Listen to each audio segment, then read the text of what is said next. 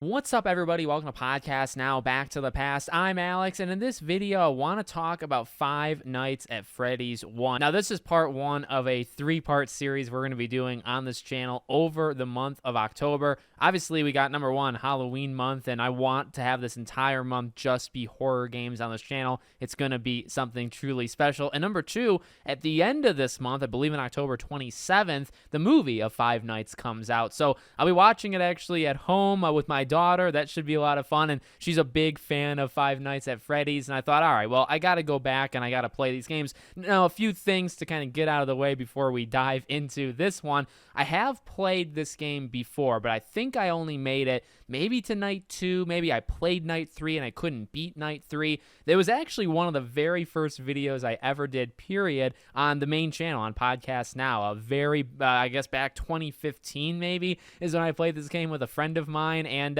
we liked it. I don't think I thought it was anything too special, and to be honest with you, not to get too far ahead of myself, the first game, it's cool, and I actually really like it, but it doesn't do too much. I think a lot of the lore and a lot of what makes this game so special, what eventually gets us the movie, is the future stuff, security breach, as well as just the many other numbered titles of the game. So this time, to get ready for the movie, I went into this game. My daughter was actually watching. She tried to help, and I think we actually made great progress. However, I have to be honest here, I didn't beat the entire game. Normally for these videos, I really try to beat the whole thing. I put in a good amount of time, but I could not beat night 5. Now, I went to the wiki page and I looked up all the lore and I looked up what happens at the end of night 5 going into night 6. The secret basically of a night 6, and then there's another night after that there's kind of like modifiers that you can mess with the game. I guess I should start there. This game is actually very clever for being such a small game, and there's not too much you have to handle when playing it. There's an okay amount here. You got the base game. Again, once you beat night 5, Five Nights at Freddy's, you unlock the 6th night, and then you technically unlock a 7th night. So the names is a little misleading. It's not really 5. It's more like 6 or 7. And then obviously, well, I don't need to explain too much about how to play this game, but I'll tell you, I was pleasantly surprised and impressed by this game. For horror games, I'm willing to try many of them. I have played a lot of horror games, and as you'll see throughout this month, we will be playing plenty of them, but I'm actually kind of a scaredy cat. So for me, when I play a game like this, even a game like this, not even the PTs of the world or games that are much scarier, I actually don't put on headphones or anything. So I actually just listen to the speaker, played it. I think I just used the mouse, and we just kind of went from there. And the game gets you. It doesn't get you every time, I gotta be honest. I think I probably got more scared 8 years ago than I did now. I'm a little bit older, but it does get you the general idea of checking the cameras and that stupid battery usage.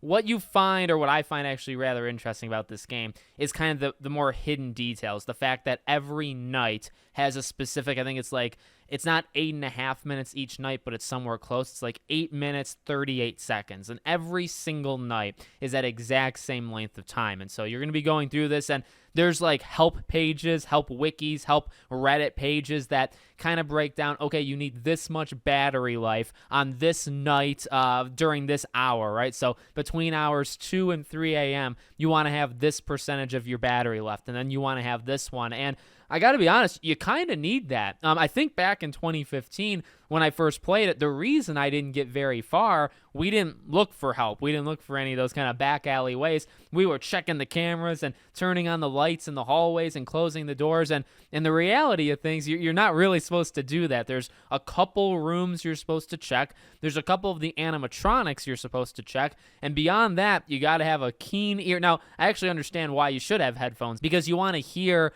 when the animatronics are moving, or the laughter, say, of Freddy or Chica or any of these stuffed beasts or whatever you want to call them. You want to be able to hear when they're running down the hallways and are there. But you know, well, you see it behind me right here. There's something actually quite spooky or quite like scary when you hear the noise of one of them running down the hallways and you say, oh my dear God, like I got to close that door. Now, when you look it up and you try to get help like online, you realize that 2 of them only come down the left. I believe 2 of them only come down the right. And you start to kind of understand how this game works. Every night building on top, and the animatronics get more aggressive as the nights go on. So they're going to be coming at you faster. They're going to be coming at you more often, but you kind of know what to expect. Oh, this one is going to attack during this night or that night. And it's a little cheating, I gotta be honest, but ultimately, I will say, although I didn't beat the game, I felt really good about, like, I feel like, I don't know this for sure, I actually have to check the footage, either night 3 or night 4, I went through in one try, and one of the things that actually is really cool that can happen in this game that I read online before it happened to me in real life.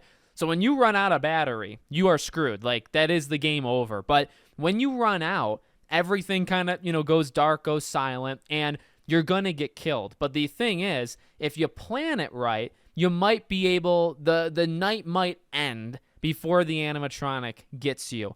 And I read that, and I thought, okay, well, I'm a big numbers guy. I don't like to see numbers dwindling. So when I look at my battery life and it's at 2%, 1%, I'm thinking, oh my dear God, I was handling it very nicely, very calmly. It got to 0. I heard the animatronic getting closer and closer, but I actually did what the wiki guide, like, it actually worked out. By the time it got to me, the night had ended, so I didn't actually die.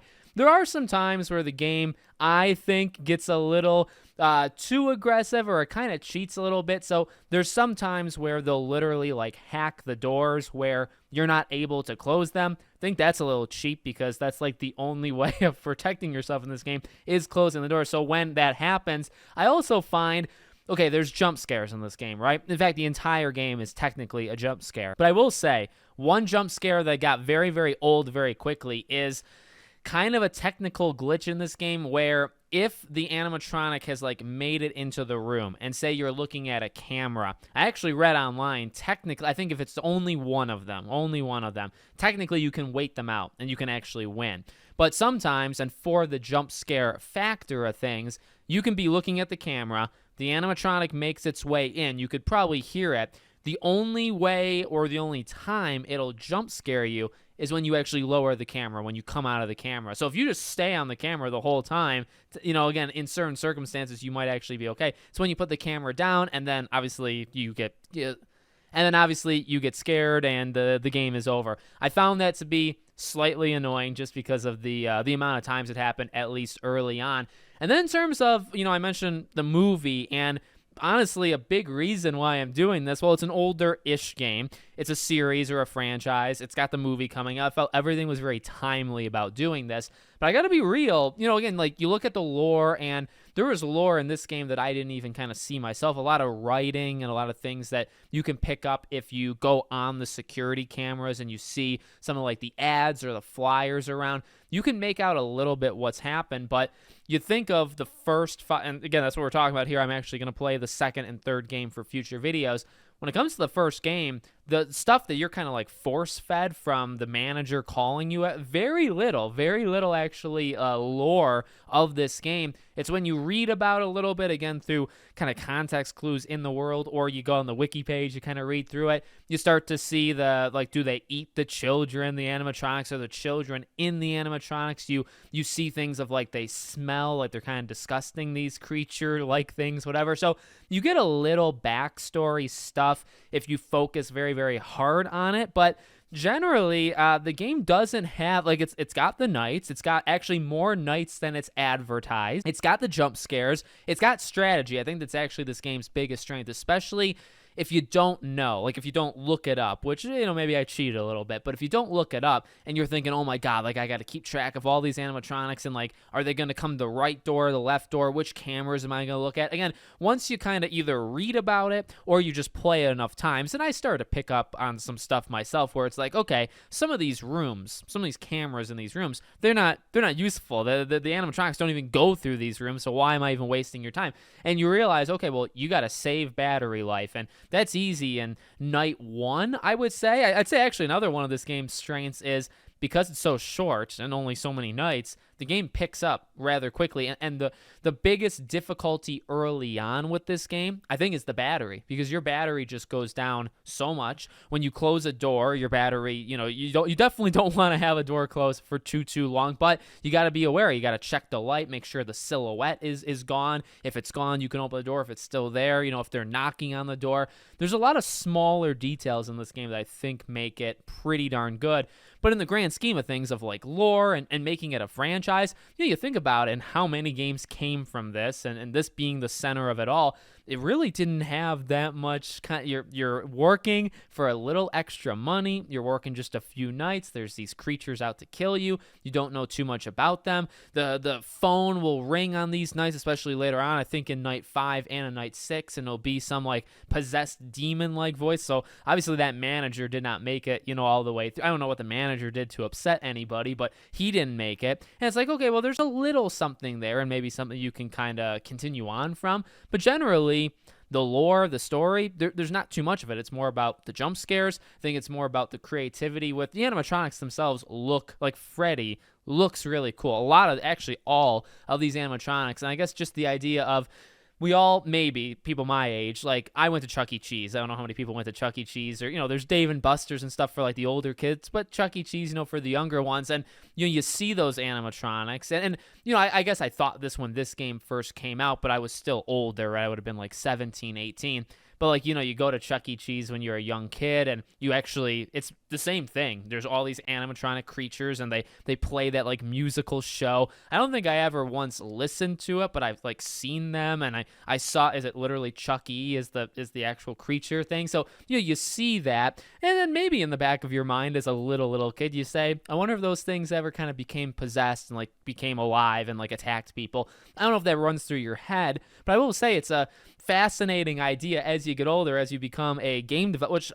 Was this game made just from Scott, just from the one individual? I don't know for sure, but I think he was kind of like the spearhead of it all, right? So for him to come up with the idea of, imagine Chuck E. Cheese, imagine those animatronics. They already look weird, and maybe you imagine them coming alive. Let's make them come alive, and let's make them kind of attack you. In a way, by the way, much like, I guess, plenty of horror games, some of the scariest horror games are games you can't fight back, right? We've talked about actually Amnesia on this channel before, one of my maybe my all-time favorite horror game. And what makes that game so special, a huge aspect of it, you can't fight, right? You can only run, you can only hide. There's a lot of other stuff with Amnesia, but it's the same principle here. You're actually, you can't hide, you can't run, you can only, I guess, shelter, right? You're like in your area, you got your doors, the only thing you can do is close the doors. That's literally it. I mean, like, you can turn lights on, and you can check cameras to make sure you're okay, but at the end of the day, what's in between you and death or game over screen is you and that opening of the door. And you can't have the door closed the whole time. There's the limitation there. And all you can do is close the door, and that's it. And I think that's pretty clever. I think this game deserves a lot of praise. I don't know if it deserved to have like an entire franchise, at least right now. I think it's I don't do review scores or anything like that, but this is a very solid game, and I really I appreciate it, I guess. And I'm excited for the movie, and I'm excited to play the next 2 games. At the time of recording this, maybe like tomorrow, I'll start playing the second game, and I'm pumped to do it, but I want to see like, where does it jump? Where does it really become like a worldwide like I think Five Nights at Freddy's has become like a thing. I think that's fair to say. When did it happen? I don't think it happened at 1. Maybe it did, but I feel like it probably took other games to get there. But let me know what you guys think about all of this, the game itself, if you've played it, in the comments below. Make sure, as always, you're subscribed to the channel, bell icon turned on, and I hope to see you all on the next one.